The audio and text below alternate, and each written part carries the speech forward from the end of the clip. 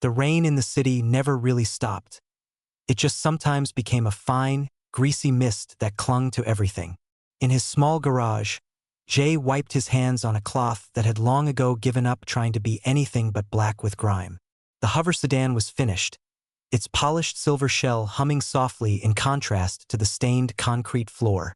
The client, a man in a suit that cost more than Jay's monthly rent, had nodded once, transferred the payment, and left without a word. That was fine with Jay. Words were often unnecessary. He preferred the honest language of machines. The tight grip of a bolt turned just right, the smooth purr of an engine coming back to life, the solid click of a panel fitting perfectly into place. He closed the main roll shutter, the clattering echo filling the alley for a moment before silence returned, broken only by the distant, wet sound of traffic from the elevated highways. His apartment was directly above the garage, up a narrow metal staircase. It was small, just one room with a kitchenette and a bed, but it was warm and it was his. The window looked out over the alley, a canyon of faded brick and flickering neon signs advertising noodles and cybernetics. He washed his hands properly at the small sink, the water finally cutting through the oil. Dinner was a simple ritual. He cooked rice in a small pot. He took one mackerel from his tiny refrigerator, seasoned it with salt, and grilled it in a pan until the skin was crisp and golden. The smell filled the room, a good, real smell. He always cooked a little extra fish and made a slightly larger bowl of rice that as he ate alone at his small table. He looked out the window at the deepening blue of the evening, the neon-painted rippling colors on the wet pavement below. He finished his meal, washed his single dish, and then prepared a second plate. He flaked the extra fish carefully, mixed it with the rice, and added a little water to make it soft. He filled a clean, chipped steel bowl with fresh water. Pulling on an old jacket, he carried the bowls down the internal stairs and out the garage's side door into the alley. The misty rain felt cool on his face. He placed the bowl of food and the bowl of water in their usual spot, a relatively dry patch under the slight overhang of his roof, next to a discarded but neatly stacked pile of old engine blocks that he did not call out. He simply stepped back, sat down on an up-tended plastic crate he kept there for this purpose, and lit a cigarette. The tip glowed orange in the gloom. He waited. A shadow detached itself from under a dumpster. It was a sleek black cat, its movements fluid and silent. It had one single white paw like it was wearing a little sock. Jay had named it Socks in his mind. Socks approached the bowl cautiously, yellow eyes reflecting the neon. It gave Jay a slow blink, then began to eat with delicate precision. A moment later, a larger shape appeared on top of the low wall. This was a ginger Tom, his ear notched from an old fight, his fur thick and ruffled. Tiger. He dropped down with a soft thud, marched straight to the bowl, and began eating next to Socks, a low, contented rumble starting in his chest. The third one was always the shyest. Jay saw only two glowing eyes from a dark gap between two buildings. He sat very still, exhaling a slow stream of smoke.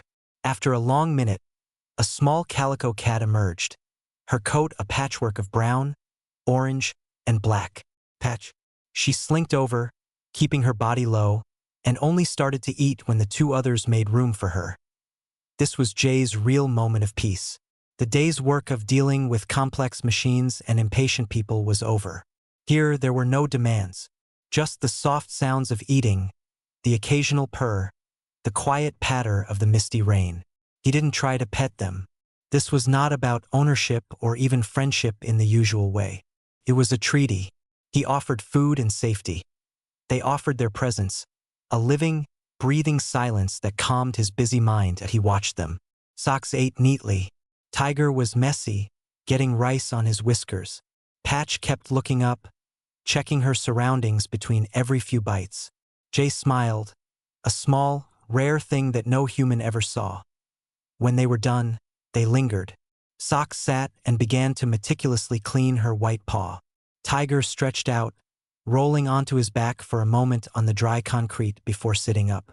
Patch simply sat, watching the alley entrance, as if standing guard. After a time, as if on a silent signal, they left. Socks leapt back onto the wall and disappeared. Tiger ambled off into the darkness. Patch was simply gone, melting back into the gap she came from. Jay stood up, his joints stiff from sitting. He collected the empty bowls. The food was always gone. Every night. He took the bowls inside, washed them as meticulously as he washed his tools, and placed them on the rack to dry for tomorrow. He went to bed, the faint, familiar smell of engine oil and grilled fish still on his hands. Outside, the city hummed and boozed, a giant machine never at rest. But in his small alley, a tiny, quiet piece of order had been maintained. He slept deeply, never hearing the soft clicks of feline claws on the rooftop above, or seeing the brief, synchronized gleam of 6 eyes in the dark, looking down at his window before scattering into the night. The cats did not sleep. Their night was just beginning. With bellies full of the mechanic's good, simple food, they felt a warm energy humming through them. It was more than just nourishment. It was purpose. Socks, the black cat with one white paw, was the first to move. She was a creature of height and observation. She scaled a drain pipe with effortless grace, her claws finding perfect purchase in the cracks of the old brick. She emerged on a rooftop and became a shadow against the neon glow of the city. Below her, through a wide, clean window, was a bright office where people still worked. Inside, a young woman named Sumin was trapped under the cold light of her desk lamp. Her face was pale. A man in a sharp suit, her manager, was standing over her, his voice a low, angry buzz through the glass. Papers were scattered on the desk. Sumin's hands were clenched in her lap. She had made a mistake, a small error in a data transfer, and a competitor had gotten a brief, meaningless glimpse of some public metrics. It was not a disaster, but her manager needed someone to blame. Socks sat on the cold ledge, her tail curled around her feet. She watched the man's angry gestures, the way his energy stabbed the air. She watched Sumin's shoulders slump, the spark in her eyes dying. This was a kind of sickness. Socks closed her luminous yellow eyes. From her, a soft, invisible pulse drifted out. It was not magic, not in the way humans understood it. It was a gentle pressure, like a warm breeze on the soul that in the office. Sumin felt it. The manager's furious words suddenly seemed distant, muffled, as if she were hearing them from underwater. A strange calm washed over her, a memory of sitting by her grandmother's fireplace, feeling safe. Her clenched fingers relaxed. She took a slow, deep breath. When she looked up at her manager, her eyes were clear, not with defiance, but with a steady recognition of his fear. She didn't speak, but her silence now felt different, felt strong. The manager, confused by the sudden shift, stammered and walked away. Socks opened her eyes, gave a slow blink at the relieved woman, and slipped away. Meanwhile, Tiger, the scarred Ginger Tom, patrolled the lower levels. His territory was the street, the pipes, the places where shadows were thickest. He moved with a rolling, confident gait, a king of the concrete jungle. He heard the sounds before he saw them. The sharp, nervous laughter of children, and a deeper, cruel voice in a dead-end alley cluttered with discarded packaging foam. 3 street kids were backed against a wall. A man named Dae-ho, a large man with a scowling face who collected protection money for a local gang, loomed over them. He was demanding their earnings from a day of running errands. One boy, Kite, a skinny kid with defiant eyes, was clutching a few crumpled bills behind his back. Tiger watched from the top of a steam pipe, his body low. He saw the fear in the kids, but also the ugly, swelling pleasure in Dae-ho. Tiger's own instincts stirred. This was a bully. The big cat didn't send out a wave of calm. Instead, he focused a sharp, piercing sensation. The pure, primal feeling of being watched by a predator. Dae-ho was reaching for Kite when he suddenly froze.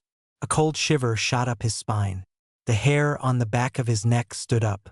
He felt a hot, predatory gaze on him. He spun around, but saw only shadows and mist. Yet the feeling was overwhelming.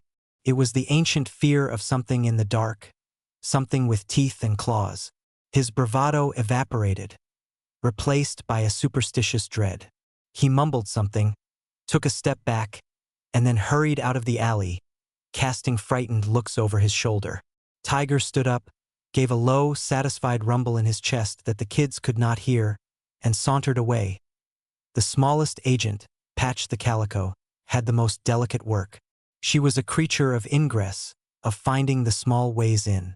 She slipped through a broken vent cover in a rundown apartment block, navigating a world of dust and echoes. She emerged into a dim, quiet hallway and sat outside a specific door. From inside, she could hear the sound of soft, heartbroken crying. An elderly woman, Halmione Kim, sat alone at her small table. An official notice glowed on a tablet in front of her. An eviction order. Her building had been sold. Her pension was not enough. The weight of loneliness and fear was crushing her. The tears fell silently onto the worn wood of the table. Patch sat by the door. She didn't cry or make a sound. She began to purr. It was a deep, resonant vibration that traveled through the floorboards, through the air. It was not just sound. It was a frequency of comfort, of remembered safety. The purr carried with it the ghost of the mechanic's kindness, the steady reliability of his nightly ritual. Inside, Halmione Kim slowly stopped crying. She felt a warmth, as if she had just sipped a hot cup of tea. A memory, vivid and sudden, came to her. Not of a person, but of a feeling. The feeling of a cat curling up in her lap decades ago. A warm, living weight of pure contentment. A small, sad smile touched her lips. The problem was still there, but the crushing loneliness had lifted just enough to let her breathe. She wiped her eyes, stood up, and put the kettle on. Patch, her mission complete, retreated back into the walls that as the first hint of dawn lightened the sky. The three agents returned to the edges of the mechanic's alley. They did not meet. They each found a high perch, a rooftop, a fire escape, the top of the old wall. They sat, clean and still, watching the quiet street. Their work was done for the night. The city's balance of quiet despair and small kindness had been gently tipped, just a little, towards the light. And it all started with the simple, good food in the steel bowl, given without any expectation at all. Jay's days followed a predictable rhythm, a series of small, solvable problems. The next morning, he was adjusting the alignment on a delivery drone's rotor when the bell above his garage door chimed. He looked up, expecting another drone or perhaps a scooter. Instead, it was the young woman from the office building, Sumin. She looked different in the daylight, less like a ghost. There was a tiredness around her eyes, but also a new steadiness in them. She wasn't wearing a formal suit, just practical trousers and a jacket. She was pushing an old-fashioned, gasoline-powered scooter, its paint scratched and one mirror cracked. "Hello," she said, her voice softer than he expected. "I was told you are honest and don't overcharge." Jay gave a single nod, wiping his hands. "What's wrong with it? It just won't start. It sputters and dies." She looked embarrassed. "It's not a hover vehicle. It's just an old thing." "Old things are often the best things," Jay said, surprising himself by speaking more than 3 words. He knelt by the scooter, his eyes already tracing lines. "Company car give you trouble?" Sumin blinked. "How did you know I have a company car?" Jay gestured vaguely with a wrench. "You have the look. Stressed by shiny, expensive things." A small laugh escaped her, brief and real. "The company car is fine. It's the company that was the problem." She paused, watching him open the scooter's small engine cover. "I actually quit yesterday. After my manager left my desk. I felt calm. Really calm. Like I suddenly knew I didn't have to take it. It was strange." Jay listened, not looking up, his fingers probing the engine. He found the issue quickly. A corroded spark plug wire, a simple fix. "A clean break is better than a bad connection," he muttered, more to the engine than to her. "Yes," Sumin said, thinking he meant her job. "It is." He replaced the wire with a used but good one from his parts bin. He checked the oil, tightened a loose bolt on the frame. "Try it now." She pressed the starter. The old engine coughed once, then settled into a steady, confident putter. Her face lit up with relief. "How much do I owe you?" Jay looked at the scooter, then at her. He saw no pretense. Just a person starting over with an old machine. 5001. It was almost nothing. Less than the cost of the wire if it were new. Suman's eyes widened. That's too little. You did real work. You needed a fix. It's fixed. The price is for the part. The labor is for the machine. It's a good machine. It deserves to run. He accepted the money and gave another small nod. She thanked him, her gratitude warm and uncomplicated. As she drove the scooter puttering out of the alley, Jay felt a quiet satisfaction. It was a good repair. Later that afternoon, a different kind of visitor appeared. A group of street kids, led by the skinny, sharp-eyed Kite, peered into the open garage door. They were carrying a large, heavy battery unit between them, grunting with the effort. "Mister," Kite called out, "we found this. It's heavy. You want it." Jay recognized the battery type. It was still good, just depleted. Useful for certain older model personal generators. He also saw how the kids watched him, a mix of hope and street-smart caution. He thought of the large man, Daeho, he sometimes saw looming around. "Bring it in," Jay said. He pointed to a clear spot on the floor. They set it down with a thud, panting. "Where did you find it?" Jay asked, not accusing, just curious. Kite shrugged, a little too casually. "Near the old metro vent. Nobody was using it." He glanced at his friends. We felt like being helpful today." Jay almost smiled. He took out his wallet and gave each of the 3 boys a 10,001 note. "For your labor. Carrying is work." Their eyes went wide. It was more than they usually got for running messages all day. Kite took the money carefully. "Thank you, mister. You need anything else carried, you tell us." They left, their steps lighter, talking excitedly. Just before closing, another visitor came. It was Halmiani Kim, the elderly woman from the building down the street. She carried a small cloth bag. Jay knew her by sight. She sometimes walked past and would bow slightly. "Good evening, young man," she said, her voice papery but kind. "I was making some barley tea and I made too much. My old thermos is full. Would you like it? It's good for the digestion after a day of hard work." Jay was taken aback. People didn't bring him things. They took his work and left. He wiped his hands clean again and accepted the thermos carefully. It was still warm. "Thank you very much. This is very kind." Halmiani Kim's eyes crinkled. "Kindness is a circle, they say. I felt a little lonely last night, but then I felt a warmth like a good memory. It made me think I should not sit alone. I should share my tea." She gave a slight bow. "Enjoy your evening." Jay bowed back, holding the thermos. "You too, Halmiani." He closed the garage and went upstairs. He poured the fragrant barley tea into a cup and sipped it as he prepared the cat's food. It was perfect, soothing and slightly sweet. That night, as he placed the bowls in the alley, he felt a peculiar sense of connection. The young woman with her scooter, the street kids and the battery, the old lady with her tea. It had been a day of small, honest exchanges. He didn't think of them as related. He saw them as isolated points of decency in a busy city. The cats came, Socks, Tiger, and Patch. They ate their food. But tonight, Tiger, the big ginger, after finishing his meal, did not just wander off. He walked over to Jay's crate. He stopped and leaned his sturdy body firmly against Jay's leg, purring so loudly it vibrated through the old fabric of Jay's trousers. It lasted only a few seconds before he moved away. But the gesture was clear. It was a thank you. Jay, of course, thought the cat was just rubbing against him. He didn't know it was a salute from an agent of the unseen to its anchor.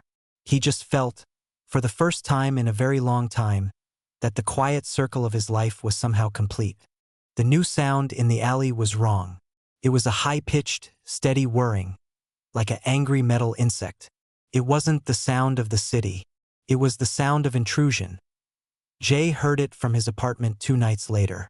It cut through the usual hum of distant traffic and the soft patter of rain. He felt a twist of unease in his stomach. He went to the window and looked down. A machine was in his alley. It was about the size of a large dog, with 4 spidery legs that moved with sharp, precise clicks on the wet concrete. Its body was a smooth white dome with a city services logo on the side. A single blue light swept back and forth from its front like a scanning eye. An animal control drone. Jay's jaw tightened. He'd heard about the new initiative.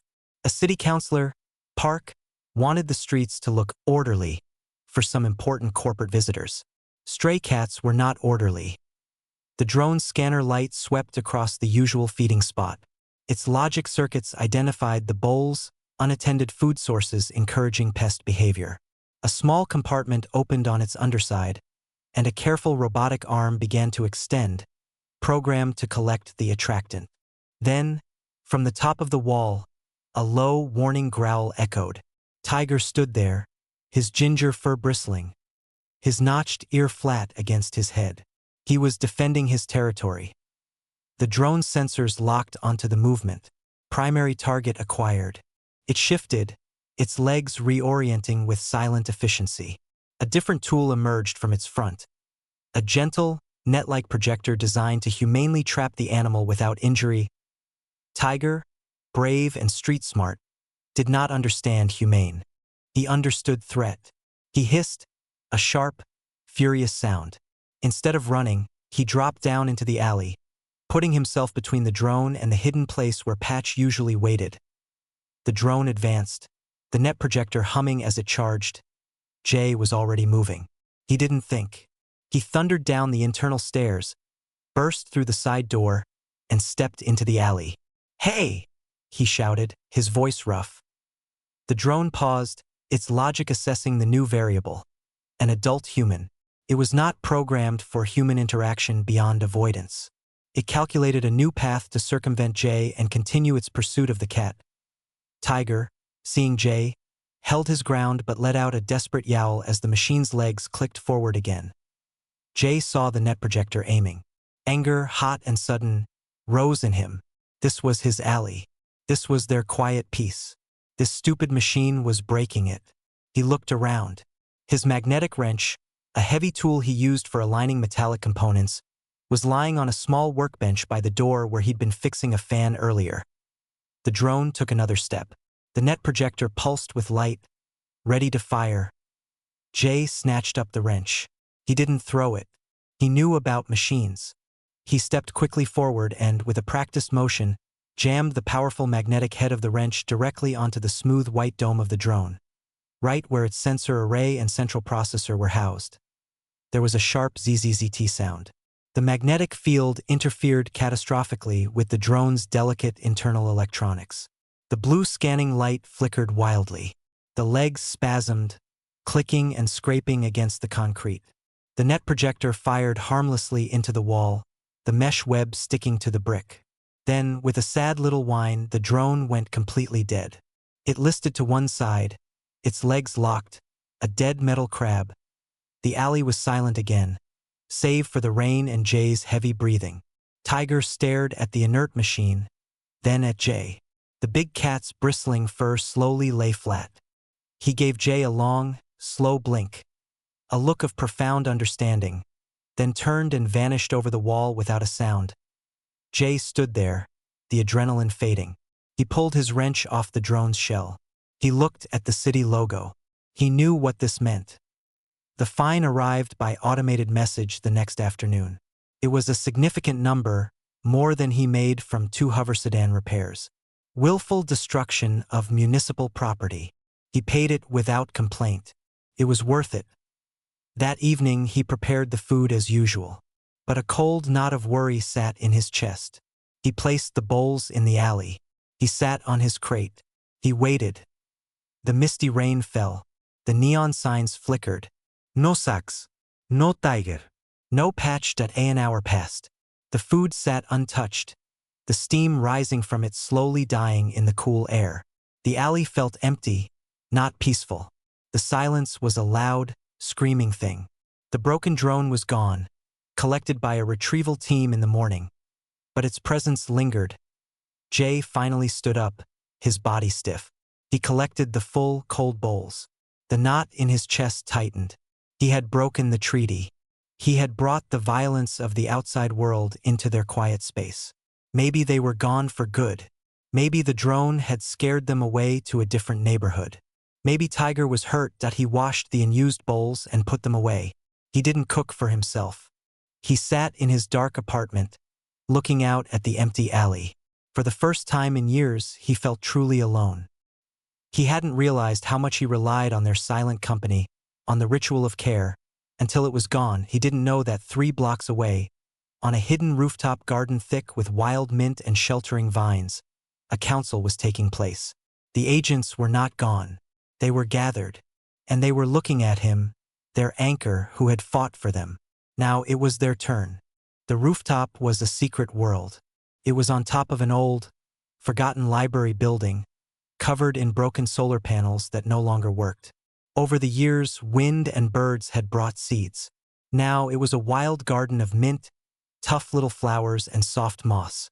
The city's lights glowed all around it. But here, it was a pocket of quiet darkness. They had all come. Socks sat on a dry, flat panel, her tail neatly curled. Tiger paced back and forth, his agitation clear in every twitch of his thick tail. Patch was a small, watchful shadow near a cluster of mint. But there were others now, too. A slender gray cat with wise eyes. A large, fluffy white cat who looked like a cloud. A young, quick tortoiseshell. 7 in total. They did not meow or hiss. They communicated in a way humans could not understand, through shared feelings, through images that passed between them, through the hum of a deep common purpose. The warm food in the alley was their anchor. The mechanic was their keeper. And now, he was in trouble because of them. An understanding moved through the group. The drone was not an accident. It was part of a plan. A plan by the loud, angry man in the clean suits on the news screens, Counselor Park. His energy was a sharp, cold thing that wanted to sweep away all the messy, small, living pieces of the city. He wanted silence and blank walls. He did not understand the treaty of the alley. They needed to protect the anchor. To do that, they needed to stop the plan. A soft light began to glow in the center of their circle. It was not a light you could see with plain eyes. It was a warmth, a presence. It had many names in many forgotten stories, but here, now, to these agents, she was Meal. She was not a woman with a crown. She was the feeling you get when you give food to a hungry creature and ask for nothing back. She was the memory of a kindness you did not even know you did. She was the balance of 1,000 small, good things against the cold weight of the world. She was fading here in this district because the cold weight was growing. Counselor Park's plans were like a frost, killing small mercies. The mechanic's alley was one of the last warm places. His nightly ritual fed Meal as surely as the food fed her agents. The shared understanding became a plan. It was not a plan of claws and teeth. That was for direct threats like the drone. This was a plan of subtle influence. They would use their gift, the gentle pressure on human feeling, to weave a net of small inconveniences, small doubts, and small changes of heart. Socks would go to the tall glass buildings where the important people worked. Her job was clarity and disruption. She would find the threads of Counselor Park's power and gently tug them, bringing small truths into the light. Tiger would patrol the edges. His strength was intimidation and protection. He would find the men who worked for the counselor, the ones who carried out the orders, and he would plant seeds of unease in them, the kind of fear that makes a man look over his shoulder and question his choices. Patch and the smaller, quieter agents would handle the homes and the private spaces. They would influence the hearts of those close to the decision-makers, the spouses, the assistants, the friends. A whispered worry over dinner. A sudden fond memory of a childhood pet. A feeling that the city was losing its soul. It was a big task.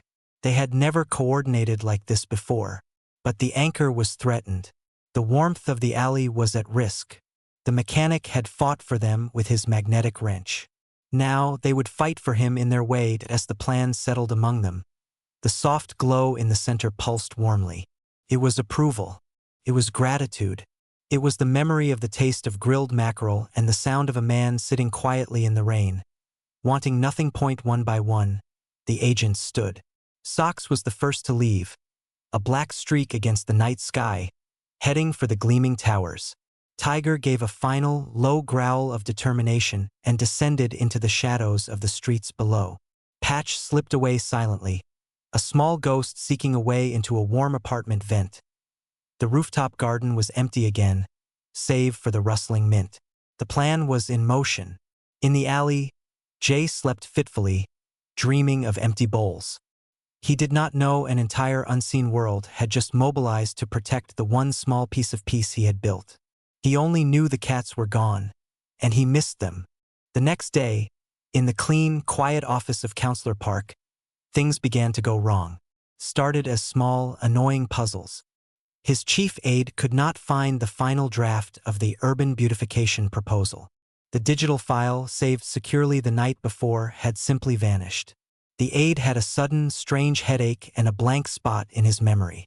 He did not remember that a sleek black cat had walked across his keyboard while he fetched coffee, her paws pressing a perfect, random sequence of keys that triggered a data corruption protocol.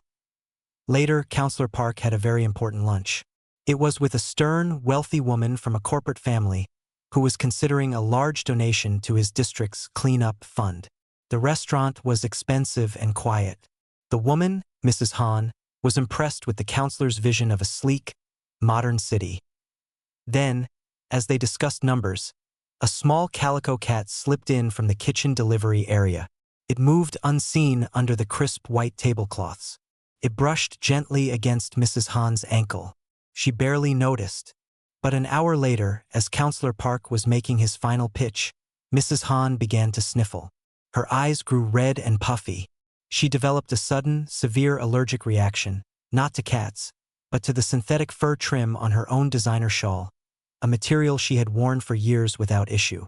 The reaction was so dramatic she had to cut the meeting short, embarrassed and uncomfortable. The agreement was postponed. Counselor Park was frustrated, but he was a determined man. He called a meeting of key supporters that evening at a private club. He would secure their votes to push the animal control expansion citywide. That night, all across the city, the agents worked. A city planner, about to log his yes vote online, found his daughter's lost kitten. The small, fluffy thing had been hiding for hours. The immense relief and joy he felt, holding the purring animal, made the strict language of the cleanup proposal seem suddenly cold and ugly. He hesitated and did not vote. A business owner who stood to gain contracts from the initiative had a vivid dream. He dreamed he was a child, small and scared on his first day of school, and a stray cat had followed him, a silent, comforting companion all the way to the gate. He woke with a feeling of profound gratitude. When his automated system asked him to confirm his support for the counselor's measure, he pressed no. The counselor's own wife, sleeping beside him, dreamed of the cat they had when they were first married, a gentle creature she had loved dearly. She woke up sad, remembering how busy they had become, how they had left simple things behind. Over breakfast, she said, "Do we really need to remove all the strays? They're part of the city's life, aren't they?" He dismissed her, but the question lingered in the air. The final blow came at the private club. Counselor Park stood before his gathered allies, ready to give his speech. But the men in the room were distracted. They felt uneasy. One kept looking at the dark windows, feeling a predatory gaze upon him. Tiger's influence from a nearby rooftop. Another couldn't shake a feeling of guilt about a promise he'd broken long ago. A ghost nudged by a purr from the vents. The room, which should have been filled with focused ambition, was instead buzzing with quiet anxiety and personal doubt. Counselor Park's words, which usually felt strong and clear, fell flat. They sounded hollow even to him. The vote was not secured. The energy for his project was gone, dissipated by 1,000 tiny pricks of conscience and inconvenience. The next morning, the news scroll on a public screen outside Jay's garage had a small update. Jay saw it while sweeping his floor. Counselor Park's District Beautification Initiative tabled indefinitely. It read, "Lack of support cited." Jay stopped sweeping. He read the line again. A slow, deep relief washed through him. He didn't connect it to the cats. He thought it was just sensible people finally making a sensible decision. The knot of worry in his chest, which had been there for 2 days, began to loosen that evening, with a cautious hope He prepared the food. The rice, the grilled fish. He filled the water bowl. He carried them down to the alley and placed them in the usual spot. He sat on his crate, his heart beating a little faster. He didn't have to wait long. From the top of the wall, a familiar ginger shape appeared. Tiger looked down at him, gave a soft MRP, and jumped down. He went straight to the bowl and began to eat, purring loudly. Then, from the shadow under the dumpster, Socks emerged. She walked over with her usual elegant grace and joined Tiger, finally. From the narrow gap between the buildings, Patch appeared. But she was not alone. Behind her came the slender gray cat, and then the fluffy white one, and the quick tortoiseshell. They all approached not with fear, but with a quiet purpose. They gathered around the bowls, a small, living circle of fur and light. Jay let out a breath he didn't know he was holding. They were back. Not just the three, but more. They had brought friends. The alley was full of life again. The treaty was not just repaired. It was stronger. He sat in the misty rain, watching them, and for the first time in days, he felt peace return. The city's noise faded away, leaving only the soft sounds of contented cats and the steady, gentle rhythm of his own thankful heart. The rain was softer that night, more like a sigh than a whisper. Jay sat on his crate, a fresh cigarette between his fingers, but he forgot to light it. He just watched. The 7 cats ate from the 2 bowls, a scene of quiet harmony. There was no fighting, no hurry. The big ginger tiger made room for the small tortoiseshell. The elegant Socks ate beside the fluffy white cloud of a cat. Patch watched the alley entrance. A tiny, diligent sentry. A deep calm settled over Jay, warmer and more complete than any he had felt before. It was the relief of their return, multiplied. It felt like the final, satisfying turn of a wrench on a stubborn bolt. It felt like the garage door closing at the end of a very long day. It was peace. As he watched, the neon sign from the noodle shop across the street flickered.